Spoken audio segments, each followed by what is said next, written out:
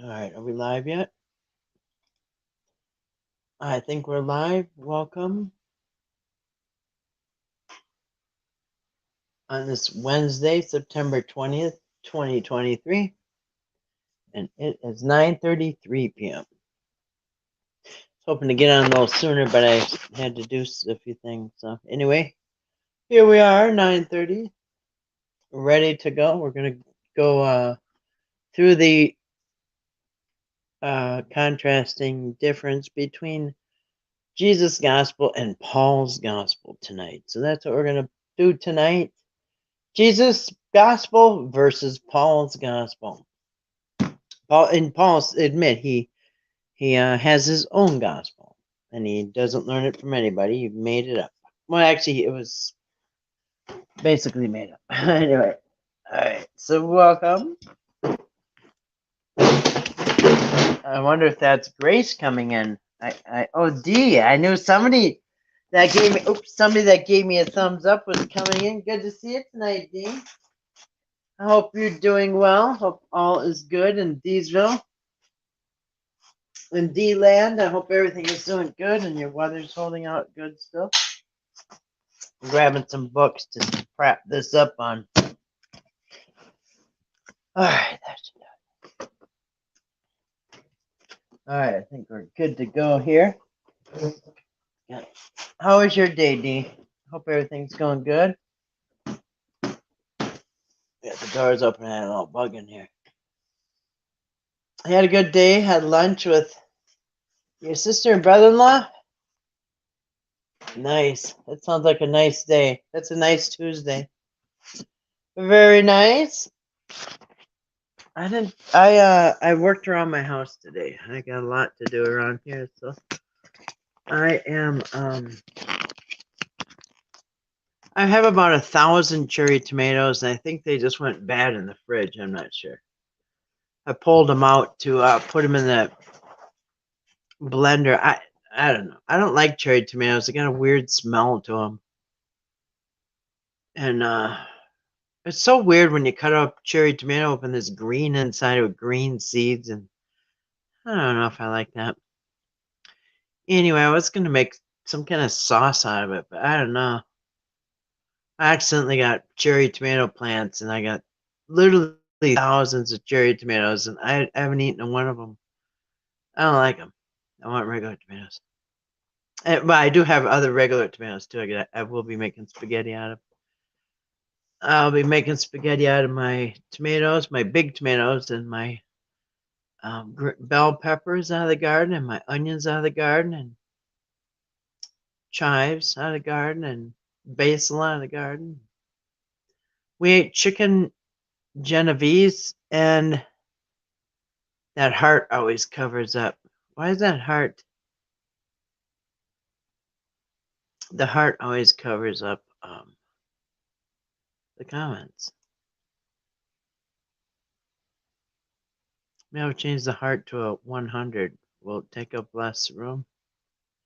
Anyway, dumb thing down at the right by the comments. Oh, there it goes. Okay, we ate chicken Genovese and a pink sauce on it, spaghetti, salad, and roll. Well, that sounds like a fancy restaurant, D. That sounds kind of fancy, especially pink sauce. There you go. You had enough leftover for dinner. Oh, isn't that nice when you go out to lunch and there's so much food that you can bring a box home and have some have it for dinner. You get 2 meals for your money.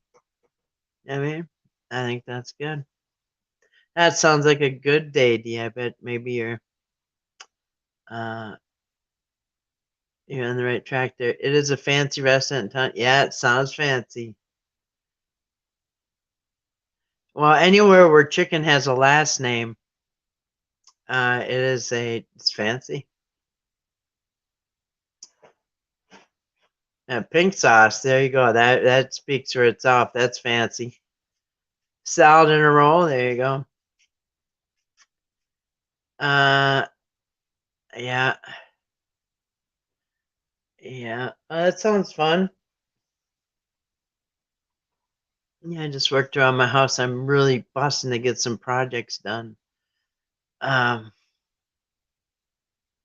Definitely getting ready for winter, and I don't know, just got a lot of stuff going on. So anyway, trying to buy. Every day I have a goal, a couple goals. Hi D, hi Grace. I was looking at her name and I saw you come in, and you said hi D, so I said hi D.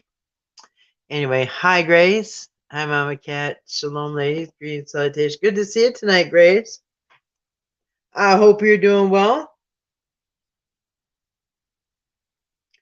I hope your day went good. It was beautiful here. You know, it was kind of hot. It got to 82 degrees today because I thought, wow, we're not outside. I'm like, well, it's kind of warm. I just looked and yeah, it got to 82, which was beautiful. Yeah, we just hung out here and mommy, I did a lot of mopping. I scrubbed my floors today, so that kind of took up a lot of time. But I was thinking, what took up so much time? But I remembered, yeah, I scrubbed my floors big time. Big time scrubbed my floors. Anyway, that took up a lot of time. Anyway, I'll get started soon here before I pass out because I am getting cold or tired. Saturday is the first day of fall. You know, it should be September 20th or 21st. You know what? Today is September 20th. You know what? Today would have been my anniversary had I still been married. I got married on September 20th of 1980. And I got divorced May 5th, I think it was. The divorce was final 1995. So I was married 15. We were together 17 years. So had I not got divorced, today would have been what? My 43rd anniversary. That's right. Yep, today would be my 43rd anniversary. He never once remembered it, by the way. I'm thinking, you know, it should be really easy to remember. It was like a week after his birthday. And, you know, how can you forget your anniversary, especially if it's a week after your birthday? Like when you have your birthday, you say, wow, this should ring a bell. Anyway, so it was.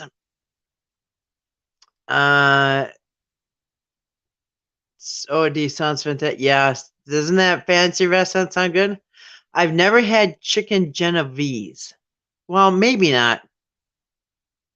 You know, sometimes like they'll give chicken a fancy name. You think, yeah, it is. It's chicken with mushroom sauce or something. So I'm not sure what it is, but it really sounds good.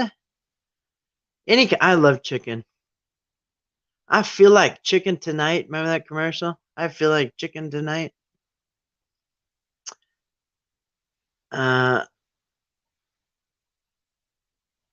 But if it comes with spaghetti, I'm thinking it's something Italian, like chicken parmesan kind of family. I remember I went to a Christmas party for my work. It was at a really fancy Radisson Hotel restaurant. It was really fancy. And anyway,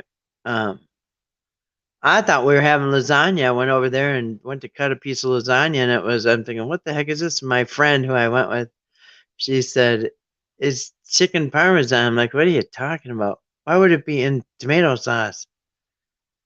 Why would you put chicken in tomato sauce? That is disgusting. Anyway, that's the first time I ever saw chicken parmesan, and I didn't like it. Like, to me, no. Really, chicken and tomato sauce? I don't care if you even try to sweeten the deal with some cheese or something. It just ain't right. Ugh. Like ketchup on ice cream or something. Just, ugh. Anyway, maybe some people. Oh, actually, my friend liked it. She loved it. I had to scrape all the sauce off and make the best of it. Anyway, that was anyway. You know, for whoever planned that party, they spent a lot of money. But you know what? It was guess what the entertainment was for music? Because usually they had a band or something. I mean, I worked at a doctor's office, and every year we had a very nice Christmas party, and usually somewhere really nice. Anyway, And usually there's a nice band and people dance and it's a fun time. But this time somebody else, a new person, planned it, and it was like it's right off the bat. What's with the chicken floating in tomato sauce, right? I mean, what kind of party is that? Anyway, but that wasn't even it. That was it's I don't know, she liked it, but um she was a receptionist. And that was my best friend Chen, and we worked together for many years. And anyway, it was a harp. She ordered a harp. A lady rolled in a harp on wheels. I mean, it was kind of sounded pretty if you're like at the dentist or something, but I don't know. I mean, what you talk about putting a damper on a party. If you want to put it, if you want people yawning and getting their coats to go home, yeah, order a harp for the music. I mean, it's kind of cool watching her. There's a lot of strings on that harp. And you know what? Later on, years later, I moved a harp when I was moving somebody from one house to another. I actually moved a lady's harp. Same thing on wheels. And I had a couple of people really help me and steady it because I was so worried. And I put it in the trailer and moved it right down the road 1 mile. It was a big one too, and I thought that's weird. But anyway, but not for a party. I mean, who the heck who hires a harpist? Like I said, it was anyway. And you know what? In the next year, they were back to having a band, so it wasn't just me. Harps relaxed me. Maybe they wanted to go home and chill out. Maybe they were all about to nod off. Maybe they didn't want to fall asleep driving home with that harp. It is very relaxing. Like I said, if you're at the dentist, great, play a harp. But yeah, at a party that's supposed to be really fun. No, and then next year they were back to a band again. Because that was the one time a year everybody got together at the doctor's office. People worked together for years, and it was a really fun time. And people would dance. It would just be a real fun time. And that party that year, no, not so good. Like I said, right off the bat, like really a chicken breast floating in tomato sauce. All right, I've eaten it there twice before. First time was eggplant parmesan. Second time minestrone soup. Had artichokes in it. Yeast rolls. Yeast rolls. Both of those were good. Were they? I've never had an artichoke. I don't know about. I've never had one. I know what they look like. They're kind of funny looking. Almost look like it looks like a pine cone. To me, anyway. Both of us were good. Yeah. Glad they had a band the next. Yeah, we went back to the band. Yeah. And you know what? One year I remember specifically they had the Macarena. Remember when that was big? That was back then. They had the Mac. We did the Macarena. The band was doing the Macarena. Had everybody doing the Macarena. Anyway, I don't know what was that. The 90s? Must have been the 90s. Artichokes were soft from being in the soup. Is that a good thing? I've never had one. It's just one of those things. Looks like I look at it and think I can tell already I don't like it.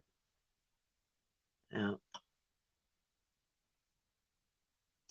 Yeah. All right. So we're gonna go. Yeah, it's a good thing to have it. Okay. Yeah, I've never had one. My son eats all that weird stuff. I mean, not that they're weird. I shouldn't say that, but my son worked in a grocery store. One of his first jobs. He worked for like 9 years, and he and as a it was Cub Food Super Value, and the employees could pick out any piece of fruit they want on their break for 25 cents, and so he was always trying new things on his break. Just go out and pick something out, and they only had to pay 25 cents. So he tried a lot of stuff, and all that weird stuff with dragon fruit and I don't know, all that weird stuff. Anyway, he's tried everything. Anyway, all right. So I will probably start over here. So we're gonna do the differences between Jesus gospel and Paul's gospel, which is like almost a mere opposite. Like the as above, so below opposite kind. Like is exact opposite, like a mirror.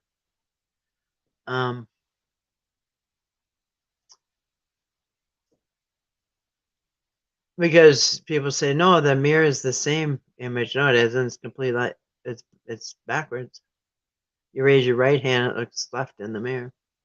Whatever. Let's see here. I'm gonna pull up a tab. We're gonna get started. I gotta decide which tab we're gonna start with because the last 2 days, well, let's see, no, actually 3 days. So it was Sunday, Monday, Tuesday. So this is Wednesday. So this is the 4th day in a row that we're talking about Paul, Apostle Paul. And so tonight we've done this before over the years, Paul versus Jesus. I remember a few years ago when I learned that Paul and Jesus had opposite gospels, and I came up my channel, and it did not go over well. People like their Paul.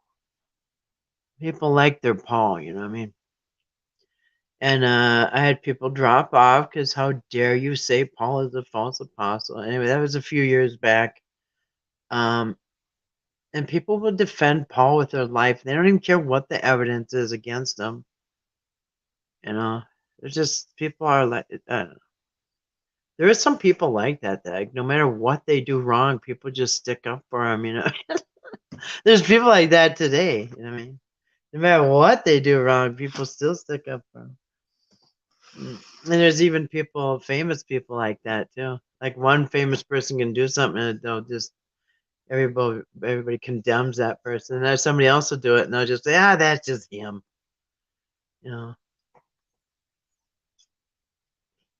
There's a guy on YouTube, he's just a jerk. But everybody loves him. And then they'll say, well, remember when he did this? And they'll say, that's just Rick, that's Rick being Rick. They overlook everything the guy does.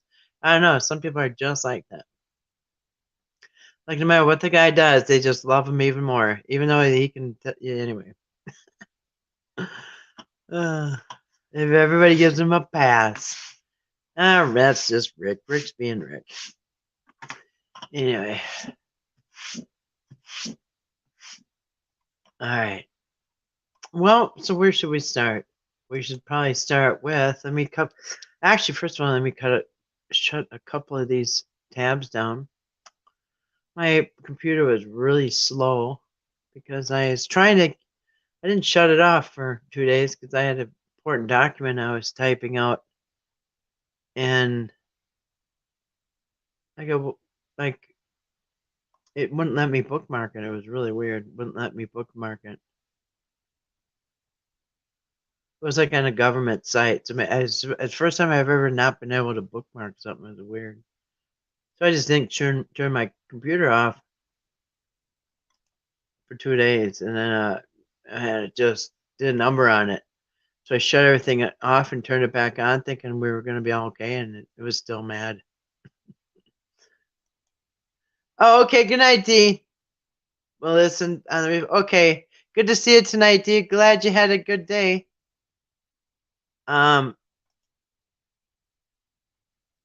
It sounds like a good day with your family. Really good.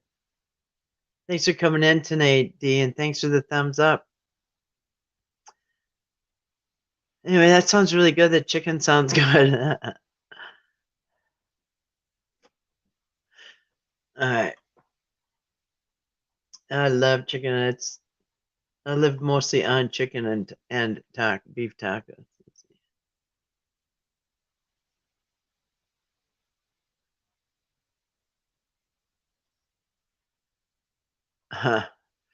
So I'm pulling up a tab here. I just want to show you something that while I was, I'll show you right now. Yep, good idea. So I'm pulling up I pulled up a thumbnail, by the way, and like I usually do. And as I'm pulling up these thumbnails, or this Jesus versus Paul contradiction thumbnail right there. Look at that. Did his homosexuality something? It does allude a lot to Paul being a homosexual in his letters. So yeah, that's funny. Brotherly love, the Church of Philadelphia. um. Oh, so why I was pulling this up, I can keep an eye on my battery because it's at 35% plugged in. So you go either way on that.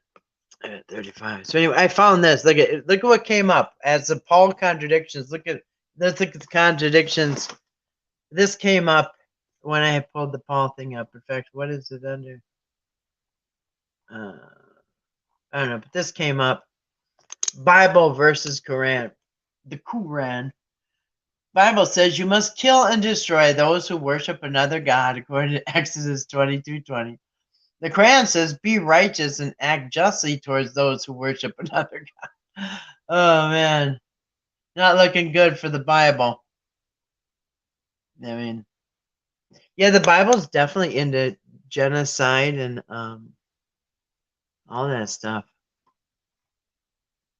I mean, because really, I mean, what's the difference between the God of the Bible that tells them to go kill everybody of a different religion and race and wipe them all out? What's the difference between that God of the Old Testament and Hitler? What's the difference? Hitler said go and wipe out all the Jews. And, well, according to history. And that's what the God of the Hebrews said too. Which I do not, that's not my God. My God is not the God of the Old Testament. My God is not the God of Abraham, Isaac, and Jacob, which people are trained to like a parrot. Now, you hear a bunch of other people say it. I worship the God of Abraham, Isaac, and Jacob. Well, who are they? Do you know who their God is? Do you really know who the God is? I wouldn't say I worship the God of any other person. Why I worship Bill's God or Judy's God. I worship Grace's God or Dee's God. I worship my God. And it doesn't come in the Bible. Because if he did, he would make it perfect. And he wouldn't make an Ark of the Covenant that we only hear about and somehow it got away. A bunch of people stole it. And who knows where it is? What's the old saying? Only God knows where it is. Maybe God knows. I don't know. Did it even happen? I don't know. Where is it? How can it just be unaccounted for if it's so important? Like it was meant the whole world, and now it's just like I don't know, on the side of the road somewhere with the wheels rotted off. I mean, what the heck? All right. Did the wagon go off the road? I mean, anyway. I mean, how do you have 10 commandments that just go missing? Anyway. We should go over that again sometime. Comparing the 10 commandments to the all the old Mesopotamian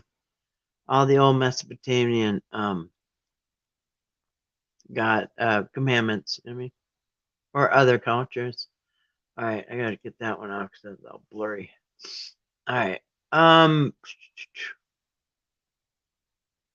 right, so let's start first of all. We're gonna compare between Jesus' gospel and Paul's gospel. And get a little bit bigger so you guys can see it. Let me turn this on. Jesus versus Paul. Now, and just think to yourself, did Jesus ever once say that after I'm dead and gone and rise up to heaven, there's going to be a guy that comes and he's going to kind of tidy things up and fill in the gaps Because I know when I I'm just gonna warn you guys. When I'm dying on the cross and I say it is finished, I don't really mean my mission or the message. I was talking about maybe the vinegar was finished or something. I don't know what was finished. Well, I thought like his mission was complete. His message was finished. His purpose for being here was finished. Or I didn't know that there was a part two. Did Jesus ever say about another guy coming with the part two? In fact, no, he just warned against it and against it and against it. And in fact, specifically warned you. I mean, he's just stopped short of saying it's Paul. He didn't call him by name. He stopped short of naming him by name. But if you describe this person, if you describe Paul, it would match up with the description of everything Jesus warned you about to watch out for. The law was finished. It was nailed to the cross. Yes, everything was nailed to the cross, Grace. The Ten Commandments, the law, Sabbath, being responsible for yourself, everything. It looks like a Christmas tree. It's just everything's nailed to it. It's like, yeah, like a Christmas tree. So decorated with all the things that are nailed on it. All right. So I think you guys can see this.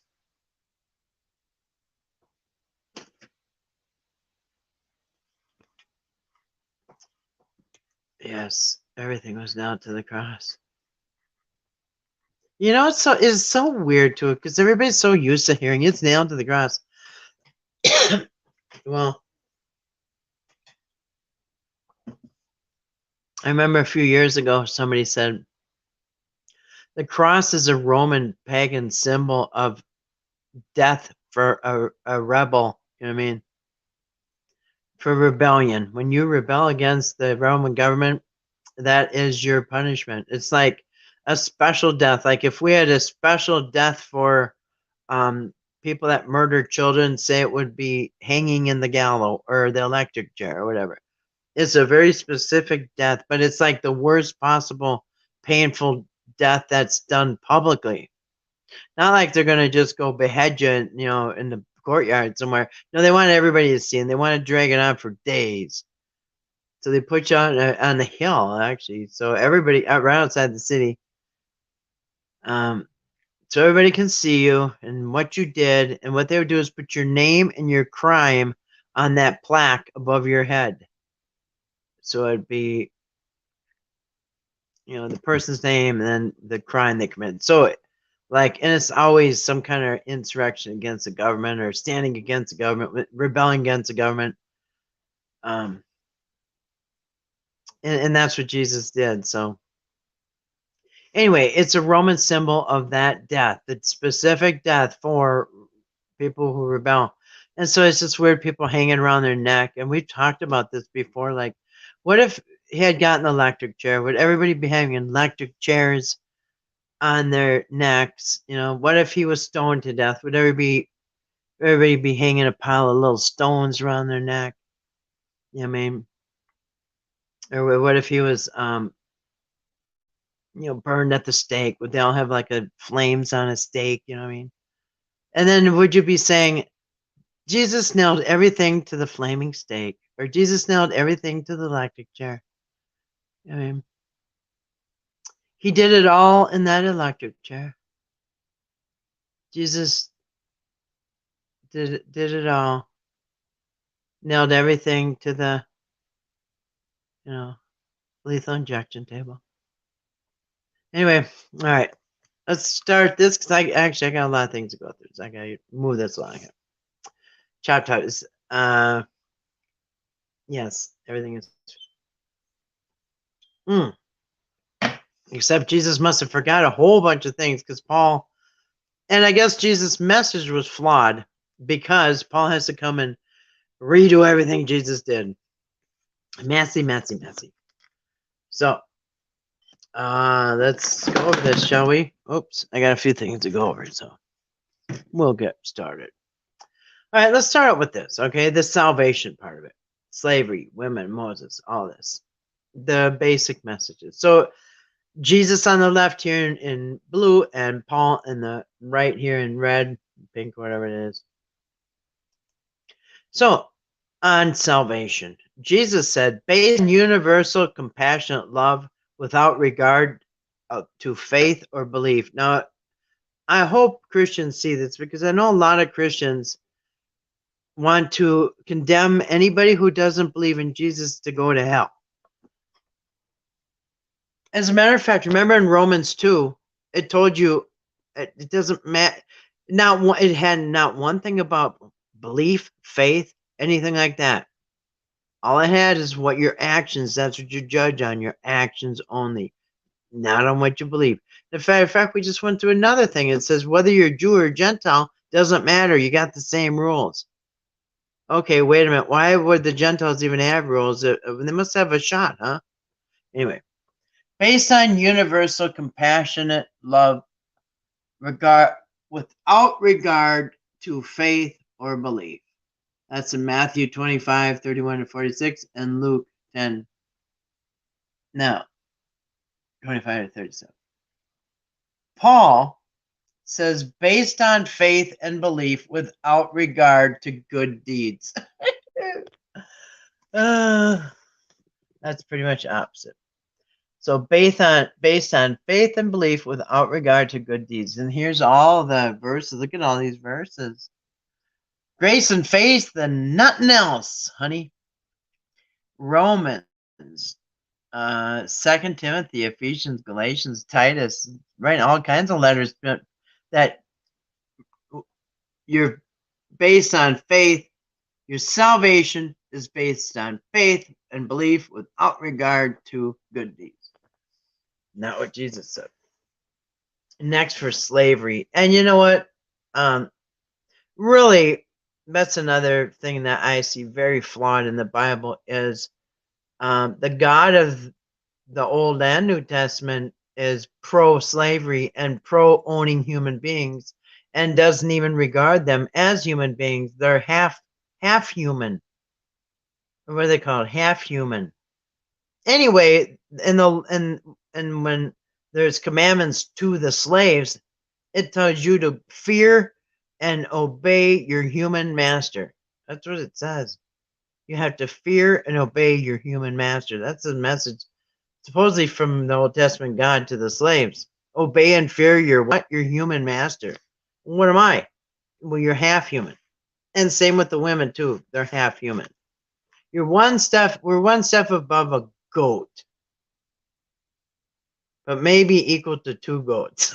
All right, we'll keep going. Slavery. The servant shall be over the master. The least shall be the greatest in heaven. That's Matthew and Mark. Over here on slavery, remember Paul, what he did? Oh, that poor guy that he sent back to his slave owner and got killed. Thanks, Paul. Well, anyway, Paul supports slavery and encourages slaves to obey their masters. They're human masters, Paul. In Ephesians and Titus. And he told, was it in Titus? What was the guy's name? His name started with an O. Wasn't his name, not Obadiah, but I forgot the, and maybe it didn't, I don't know. The guy had a weird name. But he told that guy, the guy finally gets away from his slave owner, and Paul sees him and says, no, you got to go back, dude. You got to go back. This ain't right. And the guy's like, what? And so the guy gets sent back and killed. The slave master killed him. Thanks, Paul. Great advice. All right. Next on women. Women according to Jesus' teachings, women are allowed high levels of involvement. Yes, they are in the church in Luke 8 and 10. And according to Paul, women need to submit to husbands in silence in churches. Although those were his only supporters, by the way, were the women. And they might not even be supporters because they were all silent. So who knows what they were thinking. They suppose they couldn't talk till they were walking home. Anyway, law of Moses. According to Jesus, not one dot or iota changed until heaven and earth passed away. So Moses' law, not one speck will pass away until until the earth passes away. So that as long as this earth is here, Jesus says that Moses' law is here. According to Paul, Christians are not under the law of Moses. Romans and 3 and 6. You know what? I was just thinking today, how come all those pictures of Moses have devil horns? What's up with that? What do they know that we don't? You know what I mean?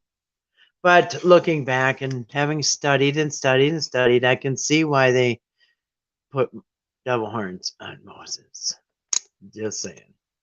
But yeah, look up picture. Just Google Moses, and then put on images, and about 50%, about half of them have devil horns. I go, what's up with that? Anyway, I'm trying to get the right one here. So I'm going to the next one. Yeah, devil horns on Moses. Google it. And I'm like, okay. And Moses' story is taken from, I don't know if it's a Mesopotamian text, some old text, of story way before Moses, about a different baby that was gonna get killed, and he was the king or whatever. And they put him in a baby in a basket, and even lined the basket with pitch, and put the baby in the basket and sent it down a basket made out of reeds with pitch. Really? Like a little boat. And they put the baby in it, and then you put it down there, and a king found it. Really? That's exactly what happened to the other guy, way before you. Anyway, remember that story? But we remember one night. So we're going to also contrast tonight the difference between Peter versus Paul. We've got a lot more. Well, actually, maybe we should. Maybe we should do. Actually, we're gonna go a couple more. I'm gonna try to go in the right order here. If I can load this up.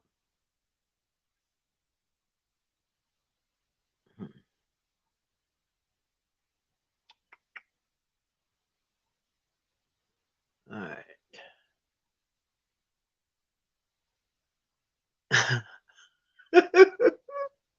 I'm gonna show you something real quick. This picture of Jesus, by the way, this is I should ask Google.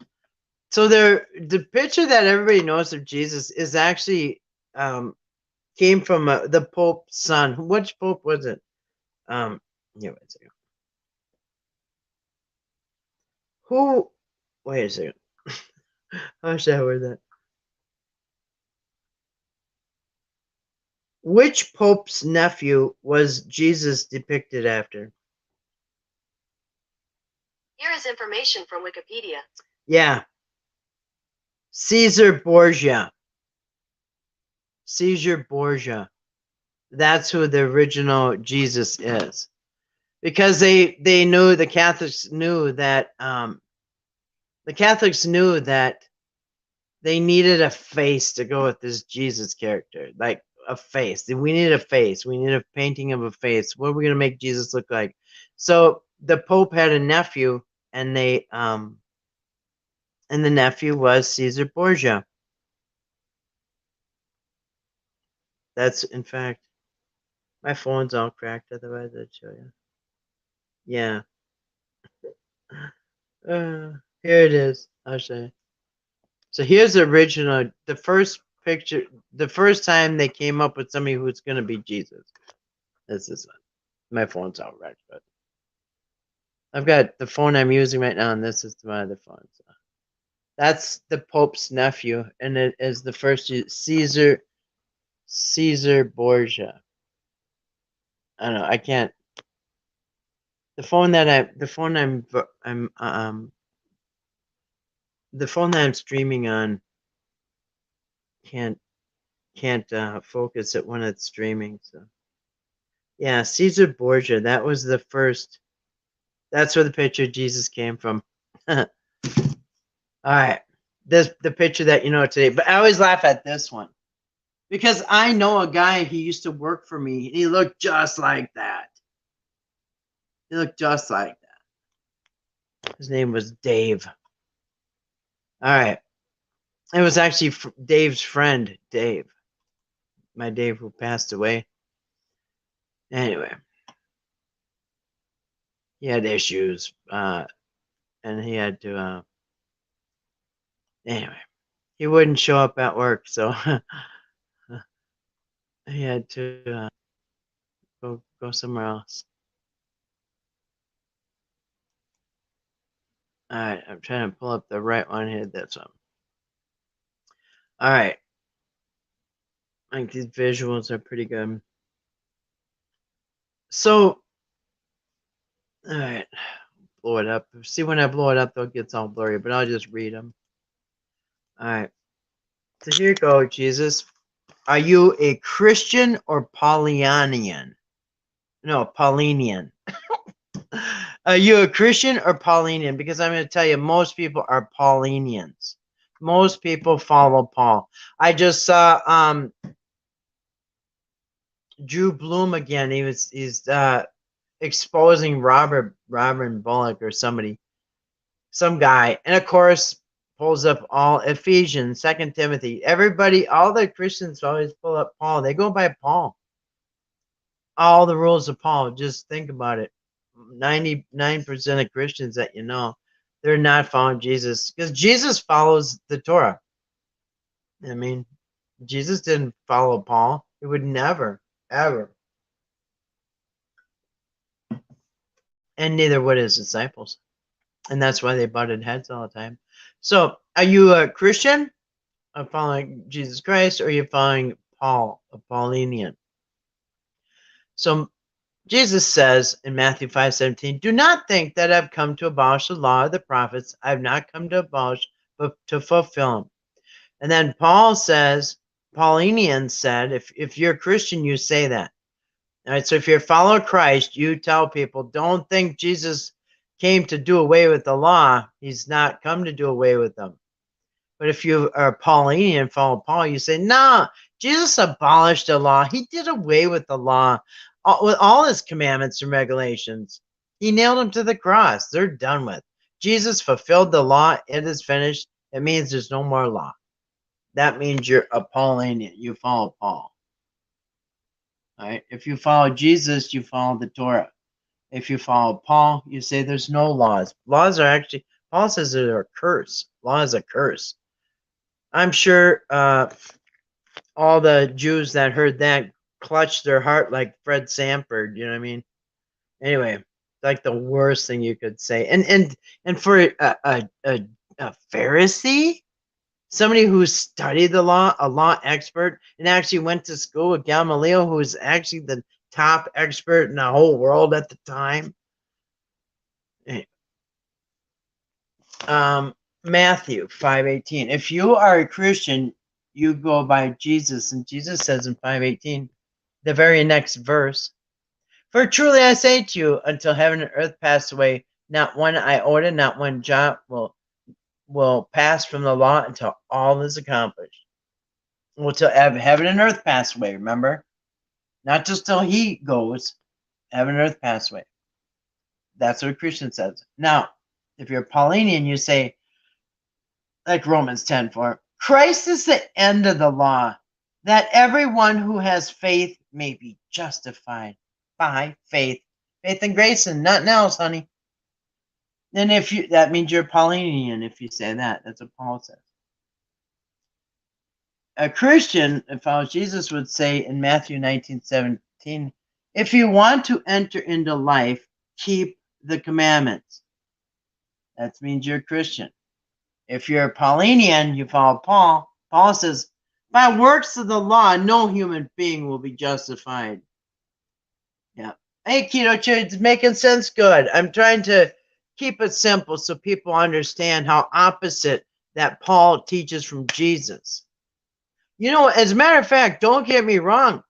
There was a time where I was defending Paul myself. And as a matter of fact, back in what was it, Grace? 2019? 2018 or 2019, Richie from Boston had the Big Sib on his show. And the Big Sib, S-I-B, the Big Sib, he was saying that Paul is a false apostle. Well, people were saying, hey, this guy, hey, Richie from Boston, this guy on your channel says Paul is a false apostle. And everybody in the chat's going crazy. What? How can he go against Paul? And then they said, is that true? Is you think Paul's a false apostle? Richie said. Somebody in here said saying that. Somebody's saying that. Richie probably didn't know what that meant. And the Big Sib said, yeah, I do see a lot of problems with Paul. He didn't really want to talk about it because it inflames people. It rages people out. What? Not my Paul. Yeah, you're defending somebody who goes opposite of Jesus. Not a fan of RFB. Oh, no, it was a big, huge interview. It was back in like 2018 or 2019. And it was a big interview. And they had a lot of people on, and a bunch of people were going crazy because they just got word that. And I thought, oh, how horrible. This guy, the Big Sib, doesn't even believe in Paul. And I almost, remember I told you guys I almost made a video and I was going to call it the Big Fib, F-I-B. Yeah, Jimmy was still alive back then. I think it was 2018. But anyway, in 2018, I was still believing in Paul myself. Like, oh, so, and my first reaction is, wow, if Paul wasn't even a true apostle, you'd have to throw out 2/3 of the New Testament. Yeah, and you know what? And then it was a little after that where I found out he really is a false apostle. And if you just line up like this, you'll see it for yourself. Just line their doctrines up side by side. You'd be horrified. And you know what? He's everything that Jesus warned you about. He did everything except say his name. You know what I mean? He's a Pharisee. Who did Jesus have problems with? And he didn't stop being a Pharisee. He right up to his grand exit, he said, I'm a Pharisee. I'm a Pharisee of Pharisees. He declared it in court. That was his you know, he pulled the Pharisee card and to try to save his rear end. But his last book, or his last, one of the last things he wrote is he's still a Pharisee of Pharisees. Everything Jesus warned you about. He said, if anybody sees you out in the desert after I die, don't believe him. Paul comes along and says, hey, I saw Jesus in the desert. And everybody's like, really? Tell us about it. Why don't you write a bunch of books that go against everything he said? Then we even went over this. These are things that we all went over this week. And what did Paul brag about? I didn't learn my doctrine from anybody. And all his stories are one book he'll say something, the next thing he'll say the opposite. And he tells you, keep saying, I don't lie. I swear I don't lie. And then he says he does lie. Peter proved and affirmed Paul. You got to throw out the leader of the apostle writing suit if you want to disregard Paul. Peter proved, well, are you talking about in 2 Peter? 2 Peter, first of all, Peter did not approve of Paul. There was a letter that came up long after, decades after, they happened to come up with this letter, probably after Peter was dead, but a letter came up, and 2 Peter has very well been proven a forgery. But all of a sudden, when everybody's coming against Paul, a letter magically appears, second letter from Peter, magically appears and says, out of nowhere, says, defending Paul. I'm Peter. Don't question Paul. He knows what he's doing. Now, just read 2 Peter. Now, if you were being called out like Paul was, everybody's calling out Paul, what would you do? you would, and everybody's saying, hey, Peter didn't approve of Paul. All of a sudden, well, Peter's dead. You could come up with a letter, say, hey, I just found this in Peter's luggage. It's a letter. And it says that Kathy wasn't on dropout. All right. See you later, Keto. So all of a sudden, this letter appears that backs up Paul. Really, after Peter's dead, a letter appears that says, well, I know Paul's hard to understand, but I know how Paul's hard to understand, but just believe him anyway. So that itself should be highly suspect. That all the other writings, Peter's going against Paul. Then after Peter's dead or gone or wherever, he's out of the picture. And the first letter warned you against Paul, or all the other letters warn you. All these warning and red flags. But no, I get it. I defended Paul myself too before I really checked into it. You know, once I checked into it, I was just, shocked. So here we have, and remember, Peter went against Paul. They butted heads on everything. Paul even bragged how he called out Peter in front of everybody. I put Peter in his place in front of everybody.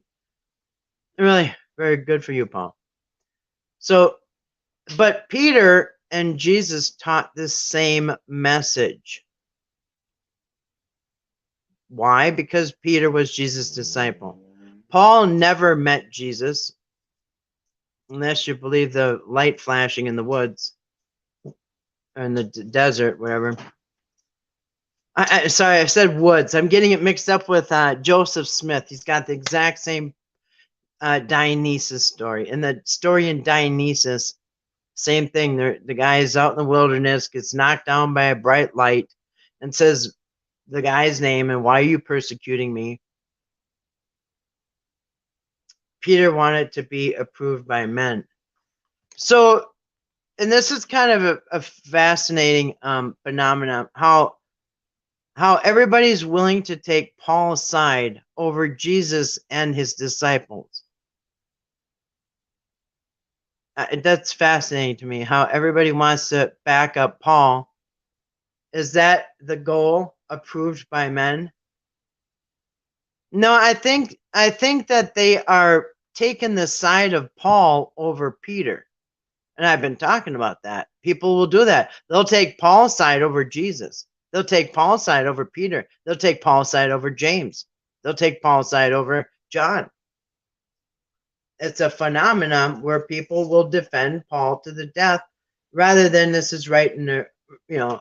So that's why these two butt heads all the time. So don't you think it's finally suspect that, and not only that, but the time that Second Peter letter came surfaced, Peter's dead and gone. This letter shows up. Oh, look, we found a letter. Oh, Peter died. Oh, look, we found a letter in under his pillow, and it says a couple things very strange. And just think about Second Peter. It's a cover for everything Paul's doing. Number one, it says, this is Peter here. I know everybody knows that Paul is false and all this, and he's doesn't get along with everybody. He's doing everything wrong, but you know what? He's just misunderstood. He's just too smart for everybody. That's like Paul writing it. Paul's just too smart for you guys, but just don't worry. Believe everything he says. He's one of us. He's fine. You know what else it says? Because at this same time that they find this letter, guess what else is going on? Besides Paul is being called out as a false apostle, just like he was in the book of Revelation decades later, Paul and his 7 churches, in the book of Revelation, hello. Jesus and Christ in the book of Revelation is calling out Paul in the 7 churches that he ran. Hello. But what else is happening at the time that they find this Second Peter mystery letter? That all of a sudden Peter's backing up Paul. And by the way, there is proof that there is multiple proofs that Peter didn't write that letter. Just there, and you can go find lots of studies on it. You can go study this on your own, because I don't remember all the details. I've studied it a while ago. But this is something you can research for yourself. By the time they find this letter, that's all of a sudden Peter's backing up Paul. Guess what else that letter says? The letter also says, because Paul is getting heat. Paul said it's the end of the world. Stop getting married. And if you're married, don't have no more children. Everybody, stop what you're doing. It's the end of the world. Don't get married. No babies. Stop. Give up everything. Do this end of the world thing. And it didn't happen. And a decade went by. And another decade went by. And another decade went by. Now you're at 60, 70 AD or whatever. You know what I mean? Paul's dead by 60 something, at the beginning of the 60s. By 65 AD, Paul is dead. So you got Peter gone. But before Paul died in 65 or whatever, think about that. Jesus died in 33, 43, 53, 60. It's been 30 years. Paul's been telling everybody it's the end of the world. And it has not happened. So two things going on with Paul. They're telling him he's a false apostle.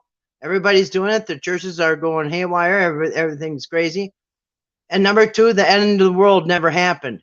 All these people did not get married. They didn't have kids. They stopped having children. Put their lives upside down. And the end of the world never happened. So what else happens in the second Peter letter? It also says, don't worry. In the last days, mockers and scoffers will come and say, well, you've been saying since our grandfathers died that it's the end of the world. That's what and what is he doing? He's covering Paul's rear end. Two things in that letter try to cover Paul's rear end. Don't worry, Paul's not a false apostle, A. And B, yeah, I know he said the end of the world is going to be 30 years ago, but it's still coming. Hang in there. And don't worry about the people who are calling you out for it not happening. So if you said the rapture is going to happen in 1988, and it's 30 years now later, people are calling you out. Oh, and you find this letter from Apostle Peter, and it says, don't worry, those are just mockers and scoffers. And they're gonna say, you know, you've been saying this for too long, that it's the end of the world. And then that bought him some more time. So yeah, you need to check into these letters and who wrote them, because they're out of 13 letters. I can't remember how many. So for sure, probably the book of Hebrews, Paul did not write. Probably he did not write the book of Hebrews, but I think there's some that they can prove he wrote for sure. I don't know how many out of the 13 he wrote, but probably 2/3 of them they can prove. I don't know. There's quite a few. There's a few that you can prove he didn't. It's just like if I write a letter right now, or say if I write a letter right now, and then 1,000 years from now somebody finds it, are you going to be able to tell if I was? And I'm writing right now that I'm writing something that I'm saying that I lived in the 1700s or the 1800s, right? So I'm writing a thing now, and I'm trying to get the people in the future to think, I'm living in the 1800s. Well, there'd be a lot of dead giveaways. I'd be saying that I turned my light on and my cell phone didn't work today, and my car broke down and all this stuff. And you'd say, wait a minute, they didn't have cars in the 1800s. They didn't have cell phones. And why is she talking about something about Trump and on the TV? They didn't have Trump or the TV. So you'd know right away, like somebody found my letters and say, hey, I found some letters from the 1800s. You don't even have to be an expert. You could take those letters and say, these are not from the 1800s. This person could not have lived in the 1800s. They didn't have these modern inventions. So it's just like and they didn't talk like that. It's just like the word rabbi. The word rabbi wasn't even invented till like 90 AD. And so Jesus never said the word rabbi. That word wasn't, that was 100 years off in the future before they invented the word rabbi. So when they say Jesus said rabbi, no, Jesus never said rabbi. It wasn't even a word till the turn of this next century. So, like, there's easy ways that you don't even have to be an expert, but the experts can point out and show you exactly. This letter could not have been written at this time because of all these things. Like, I'm giving some easy, obvious examples, but anyway, you can research that on your own. So, Jesus, Peter, Paul. As you can see, Jesus and Peter on the same page. Jesus taught Peter, and Peter is going by what Jesus taught. So the audience for both of them is Israel. Right now, in the book of Acts, when the sheet comes down, God personally tells Peter to go witness to the Gentiles, spread the gospel to the Gentiles. Which, okay, if that happens, then how come Paul is here to go to the Gentiles? It just makes no sense. Audience, and Paul is a Gentiles, and this is why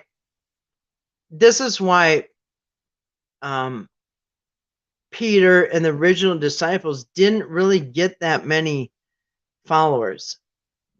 They were called followers of the way back then, and they didn't really gather up a whole lot because they were preaching to Jews about the law. So it really wasn't a big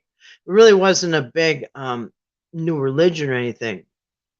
Jesus is just kind of pointing out some hypocrisies and some things that the churches are doing and stuff. So they're still going by the Torah and everything.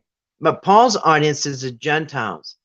These people have no knowledge of the Torah or rules or laws or anything. They're pagan. They like in Roman, and they like the they like the pagan gods, the Roman gods, and all that.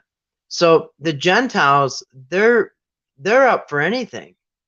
And the Jews, not so much. They're not straying from the law of Moses. But Gentiles, this is where it's just like, he had the audience that would draw in tons of people. The prophet Peter, Jesus, the prophecy, he had a prophecy. Peter followed the prophecy. Paul's prophecy was always a mystery. The law, Jesus taught the law. Peter taught the law. Paul taught grace, faith and grace, and nothing else. Israel standing, and Paul teaches the fall and the blind. I was thinking about that prophecy today. There was a lot of people who were expecting probably the temple was going to be knocked down and stuff like that.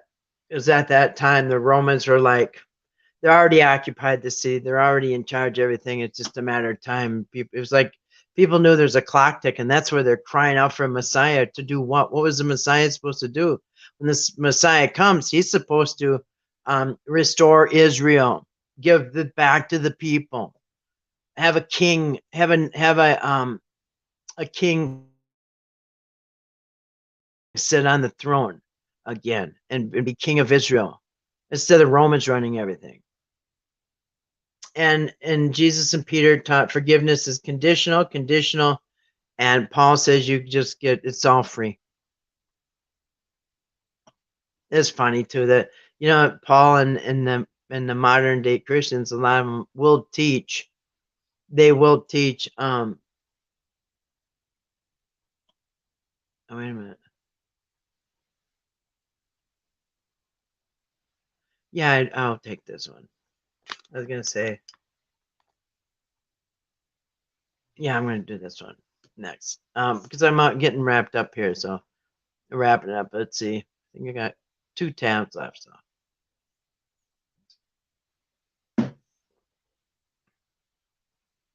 Yeah, we're gonna go with this one. So this is Acts 3 through 20. Peter. Oh, here. I didn't even see it. So Peter versus Paul. Peter and Paul butted heads. Everything. So I mean, just that alone, just every single thing about Peter and Paul. Look at it. And as a matter of fact, we just went over this the other day too. Remember, Paul bragged that he only saw Peter 5 times in his life. Paul saw Peter 5 times in his life. He bragged about it, how little he saw anybody. And the rest he only saw once or twice. So he's bragging how little he saw these people. So really, how big of a witness can Peter be for Paul? Even if all of a sudden he changed his mind after 5 visits, I mean, it's not like he knew Paul for years and he can vouch for him. How can somebody who you've seen 5 times vouch for you? Especially every 5 you saw him 5 times and 5 times in a row you fought over doctrine. And all of a sudden he's gone and you find a secret letter that he's vouching for you. You saw him 5 times and you fought with him 5 out of 5 times. 5 times you saw him, 5 times you fought with him. Now all of a sudden there's a letter and he's patting you on the back saying, no, believe this guy. And if everybody calls you out about the world not ending, about Jesus' second coming, yeah, call him a mocker and a scoffer and kick him out of the church. So contrast of characters. You got Jesus the fisherman and you got the Pharisee Paul. Or Peter, yeah, Peter the fisherman and Paul the Pharisee. And this is all in the book of Acts. So in Peter, Peter heals a man who was lame from birth. Paul also heals a man who was lame from birth. Peter heals people by his shadow. Paul heals people by handkerchiefs and aprons.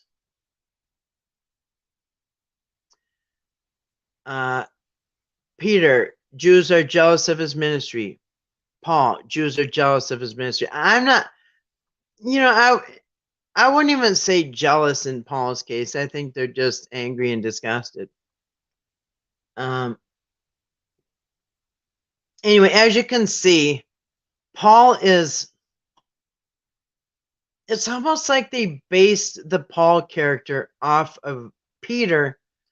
Or, well, not even, because this is the book of Acts. The book of Acts is written by Luke. Luke is writing probably whoever you ask, I don't know, but definitely after Paul is dead, after 65 AD, and yeah, somebody made a good point today that Paul. It was a short. I think on Myth Vision it said, did Luke and Paul no was Luke a companion to Paul? No, because Luke would have picked up some stories and matched them up with all the letters of Paul if they were traveling companions. It's as though they had never met, because Luke's stories really contradict Paul's. Right down the road. We already went to a couple of those yesterday. So anyway, it's almost like Luke is trying to fuse these two together.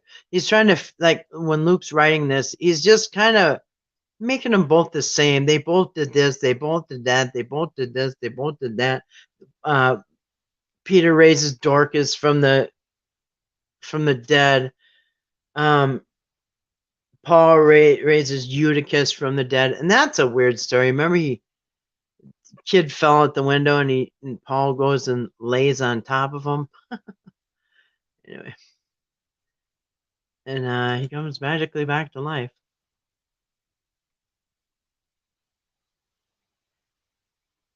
All right, so list of contradictions of Jesus. I think this is the last one. Let me see if I get any more.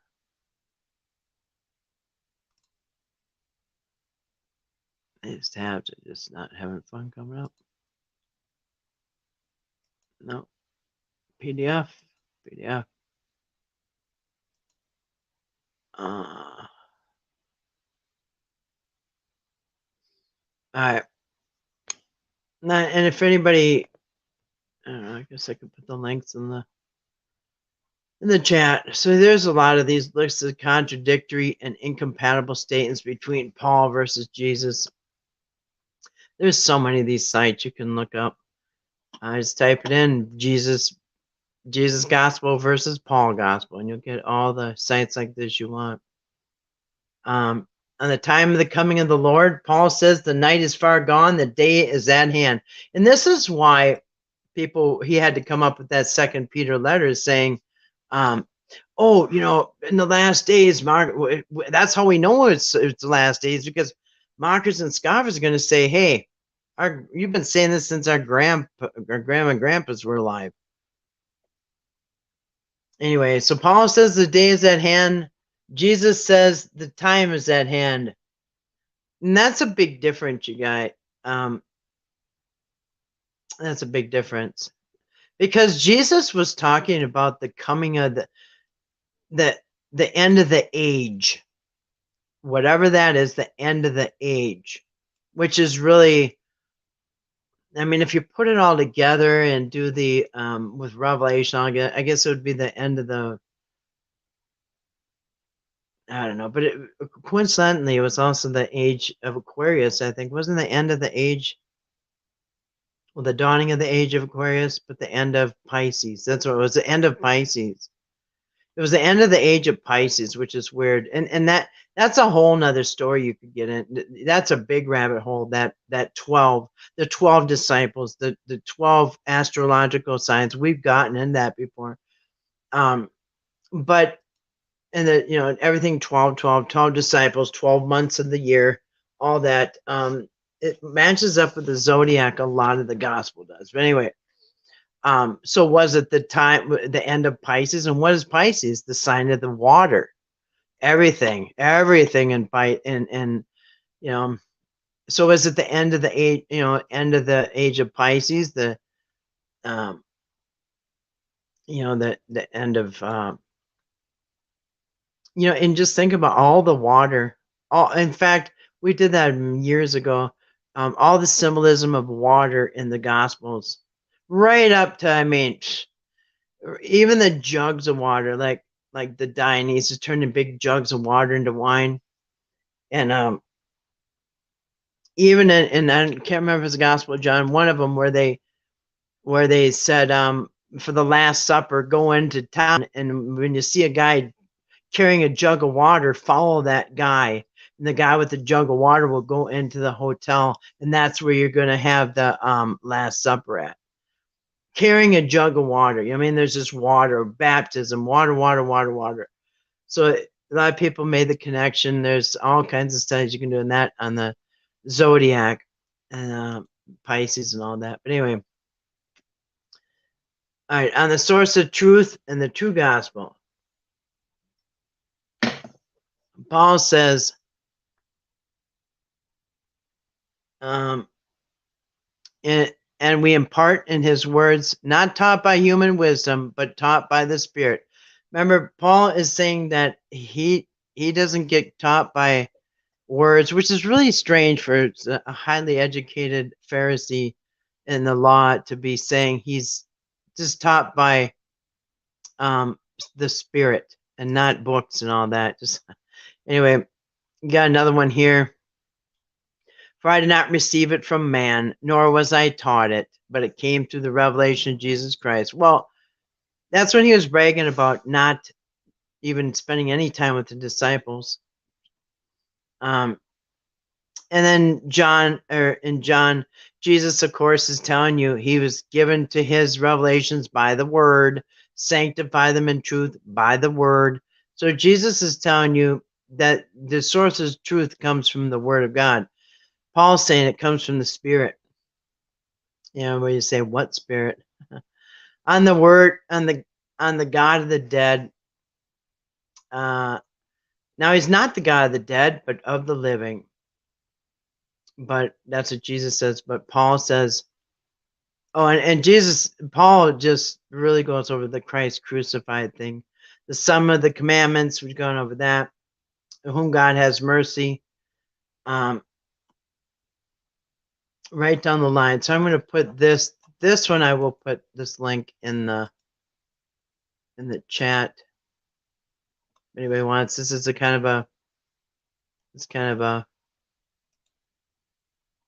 of a nice little list there. Let me see if any other ones I want to put up. See, it does this sometimes, just goes black. There's one link, a list. There's a lot of links. Just type it in, you'll get all the lists that you want side by side. Contrast. And here's a whole nother one. We're gonna bookmark this one. And this is a whole nother study you could do. Jesus teaching versus Christian beliefs. And I've got another sheet that's Jesus teaching versus modern Christianity. What people believe today is totally not what they believed back then. Here, in fact, I'll show you. Biblical Jesus versus postmodern Jesus. This one. What Jesus actually taught, and this is what people believe today. That's kind of funny. It's all opposite. What Jesus taught back then and what's actually right in the words versus what people believe today. So, and then these are contradictions. I'm going to put this link up too. A list of contradictions by Jesus of Paul to make a new theology is exactly what he did. He made a new religion. Oops. Grab the link for that. So I'll put this one in the chat also. Another link right there. And then what was I going to do tomorrow? Totally forgot. I forgot what I was going to do for tomorrow. I guess I'll have to find out tomorrow. I have something ready for tomorrow. I can't remember what it was. Oh, I cannot remember. That is weird, you guys. Look at that big ball of light there. Look at that. What the heck is that? What in the heck? That's on my camera, dude. What in the heck? What is that? Oh, it's a spider? Is that a spider? What in the heck? That's weird. That might be a spider. I don't know. What happened to Elvis? I gave Elvis a haircut, and it doesn't. Now it looks like I don't know. Yeah, I think that is a bug, a spider. I don't know. I don't know what it is. I saw the weirdest stuff on my man, I saw the weirdest stuff on my camera one time. And it wasn't that long ago, it was only like a couple weeks ago. Maybe a month ago. But I saw my camera like right at my gate. I did shave his head. And now he looks like he kind of looks like Bozo the Clown. He's got like a big nose and like clown hair. Yeah, so I had these orbs right outside my door on my I had these orbs right outside my and they were like floating around like they were all talking to each other. So it was weird. Anyway, and it was so weird because I grabbed my camera to videotape it, and it's like they knew I did that and they took off. By the time I grabbed it and put it up there, it's like they knew I did that and they took off. Anyway, it was so weird. It was like a bunch of orbs and all like visiting with each other, like right outside there. Weird.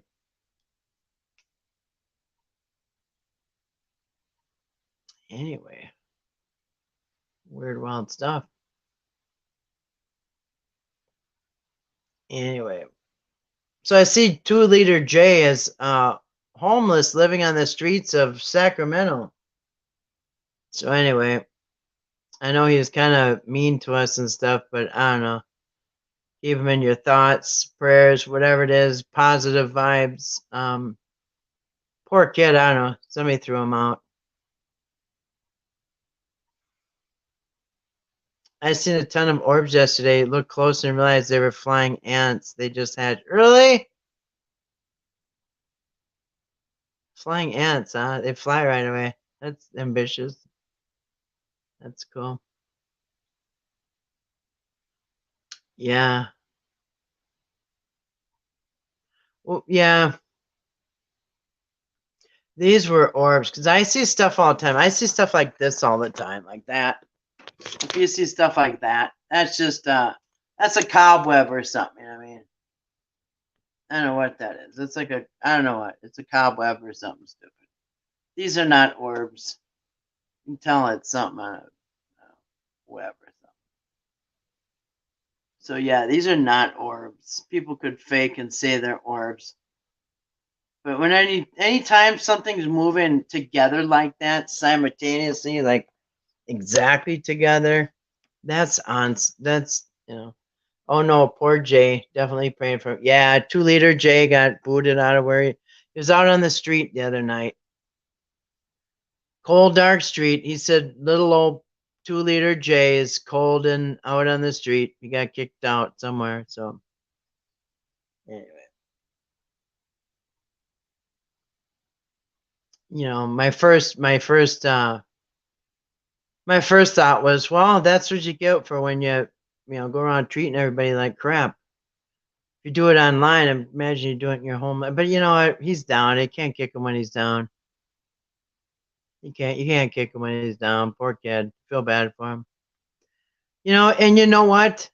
And when you're out on the street and you got nowhere to go, well, um, it's probably gonna be life changing for him because next time he's got a place and he's mouthing off to somebody, maybe he'll shut his mouth and try to get along better with people and you know what I mean? Appreciate when you got somewhere to live. Especially if you're living with somebody else, man, you gotta consider that's their home. And yeah, you gotta bite your tongue sometimes and maybe things aren't fair, but it's their house.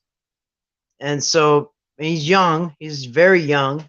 And so, he'll probably maybe it might be a good lesson for them in the future that when you're living under somebody's roof, man, you gotta, as much as it sucks, man, you gotta try to get along and do whatever you can because you don't want to be walking the streets of Sacramento at 2 in the morning saying I have nowhere to go. I mean, I saw my eyes from across the street, not from the security camera. Oh, really? Hmm. Well, I have an infrared, so anything that's heat, it lights up.